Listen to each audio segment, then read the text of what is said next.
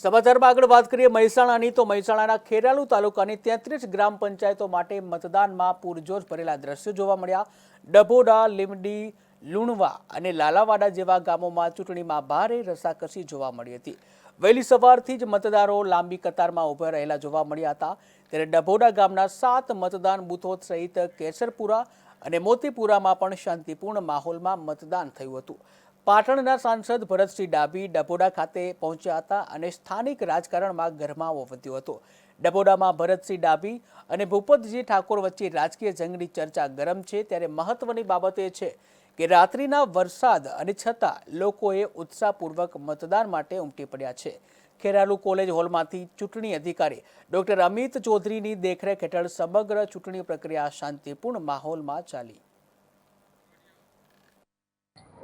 મજબૂત કરવા માટે ગામના સરપંચોની ચૂંટણી ચાલી રહી છે। આખા ગુજરાતમાં મતદારોમાં લોકશાહીનું પર્વ સારી રીતે ઉજવાય, એનો અમલ થાય, એના માટે સરપંચમાં ખૂબ મોટા પ્રમાણમાં મતદાન થઈ રહ્યું છે અને આ મતદાનથી હું માનું છું કે ગુજરાતમાં વિકાસની પ્રક્રિયા તેજ બનશે। સાહેબ, આજે મતદાન ચાલી રહ્યું છે, આપ શું અપીલ કરશો મતદારોને?